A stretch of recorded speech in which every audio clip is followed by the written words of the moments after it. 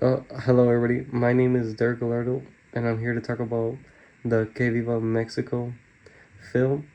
And I'm gonna discuss the readings from this semester and compare it with the film that we were assigned.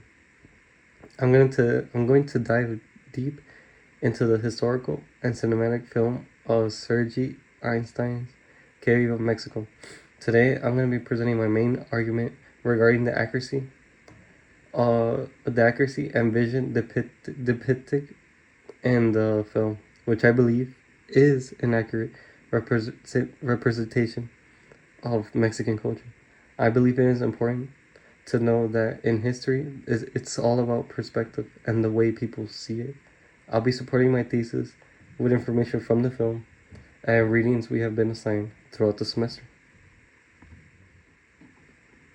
Firstly, to start off, I wanted to say that comparing the film and the readings that we've been assigned, you can see that there's a difference in both, like in terms of context and information. Throughout the readings, throughout the readings, it's mostly based on facts and events that happen in the history of Mexico.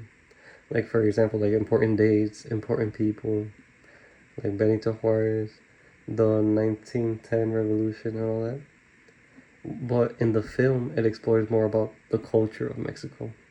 Like there's more things that were explored in the film besides like the factual events and dates. I kind of see the book as like an information and the film more like interesting slash entertaining, but they both did a good job of letting me know how Mexico was in the past. So an example of this is like how in the book in Problems in Modern Mexico on page 16, it talks about Guadalupe, like the history of it and how it came to be like from Spain and all that. While in the film, it talks more about like celebrating, like it shows more about like celebrating Guadalupe and what they do on that day and how it looks instead of just like presenting information and all that. They show you like how meaningful it is to everybody in Mexico. Another example of the film and the reading being different but somehow connecting is how in the concise history of Mexico it talks about the Civil War, the 1910 to be specific.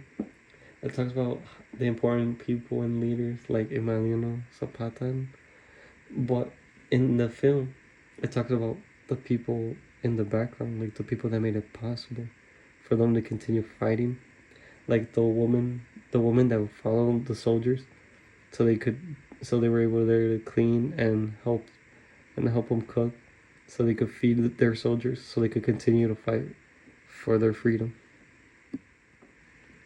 Although there are many differences between the film and the reading, there were still some similarities that I found within both. An example of this is how in the film it starts off with like showing the temples and all the faces and designs, and it kind of reminded me of like the pictures in the concise history of Mexico, like in page 51 and 59, where like it shows and talks about the temples and how in the film, like one of the third or second novellas, they showed Diaz, which as soon as I saw the picture on it, I knew who he was due to reading about him on page 248 on in concise history of Mexico.